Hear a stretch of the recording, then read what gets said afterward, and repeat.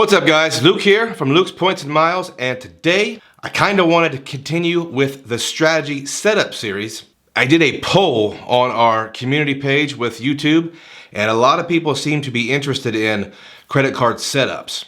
So I want to do a few different setups. If you have not seen our video from last week with our premium American Express setup, I will link that video below. It was very premium and it had a very premium annual fee, $2,095 to be precise. Now I wanted to make a video similar to that, and I also know that a lot of people are just not interested in paying $2,000 in annual fees to travel. And I also note that Chase credit cards are some of the best in the game today. And I want to share a setup that I put together that is high speed, low drag. This is nothing extra in this setup. It's all of what you need and nothing you don't. So we are going to do a budget-minded Chase Bank travel setup today. But first, if you're new to the channel, we talk about credit cards, points, miles, cash back, and travel. If you're interested in that sort of thing, hit that subscribe button. We are a young and growing channel, and it is a super exciting time to jump on board. As always, guys, if you get any value or entertainment from this video, hit that like button. It will help with our YouTube algorithm, and it'll help us get this video out to other folks who can benefit from it. Now, you'll notice that we do have Facebook and Instagram. On our Instagram page, we post a lot of travel photos and some funny memes. And on our Facebook page, we post a lot of relevant news in the travel and credit card game. So if you have time, check us out on socials. Also, guys, in the description, we have a lot of links. If you would like to support the channel, please consider using our links. We have everything from credit card referral links to cashback shopping portal. I even have a link to where I find my super cheap airfare. So if you get a chance, check that out. Now, today you are going to see some differences in this setup and the American Express setup. Like I said before, the American Express setup cost a premium $2,095 to run, and it was full of extras, full of perks and different benefits, and tons of things you have to keep track of to make sure you get the value from that $2,000. This one is going to be a little leaner and meaner, and this Chase setup doesn't really include all that nonsense. It gets you where you need to go, and it gives you a ton of value when you use this setup. There's also the versatility aspect that if you ever need to add anything, you can, because the annual fees of this setup are fairly low. Now let's name the cards that are in the system, and we'll go a little more further in depth, and we'll include why they're included. And I also want to talk about why some cards that you may look for are not in this list. Number one, no surprise, we absolutely have to have a Sapphire card to start off a travel setup with Chase. For this budget setup, we'll be using the Chase Sapphire Preferred. Number two, the Chase Freedom Flex. This is a great utility player. It's the Jose Oquendo of the Chase game. That is for your old school baseball fans. Number three in this setup is the Steady Eddie, the Chase Freedom Unlimited. Fourth on the list is likely my favorite credit card that I don't have. We included one business card in here, and it's the Chase Inc. Business Cash. The fifth and final card of this setup is the Chase World of Hyatt. With this basic setup, we'll need some luxury in our stays, and Hyatt can most definitely deliver that. So let's dive a little deeper, and I'll give you a quick overview of each card and why it's in the lineup. First, the Chase Sapphire Preferred probably needs no introduction.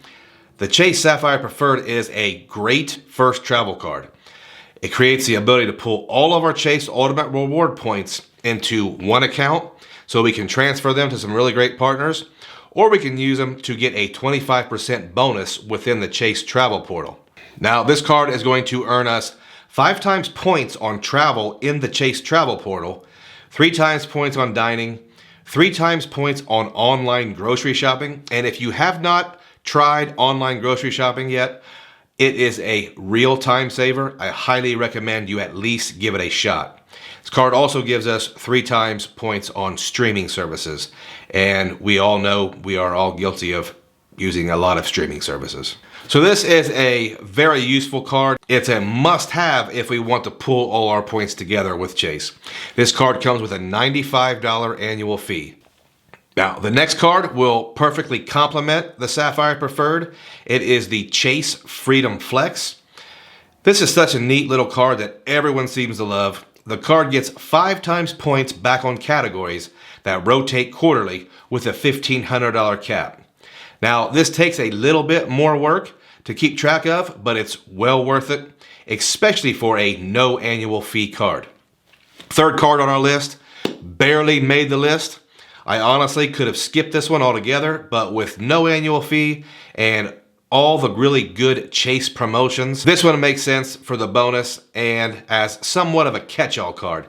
The Chase Freedom Unlimited gets us 1.5 points on that all-inclusive everything else category. Fourth card. This fourth card is the one I want most once I start acquiring Chase cards. The Chase Business Cash. This is a no annual fee card that will get us 5 times points on office supply stores, which is a big category if you are several levels into this credit card game. If you know, you know. 5 times points on cable, internet, and mobile phone services. Stuff most of us use. The card gets us 2 times on gas stations if you don't have a dedicated gas card. Now, I had to include at least one Chase business card in here because our American Express setup included a business card.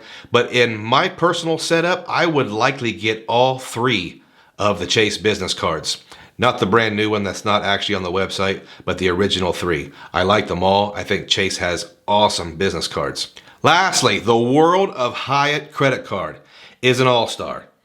We included this card in our Hotel Keeper card series a while back for a big reason. It's a big league card. The card alone will give you 4 times points at Hyatt, and then you will get additional points for the stay and any kind of status boost you have. And the card also gets 2 times points on local transit, dining, airlines, and gym memberships.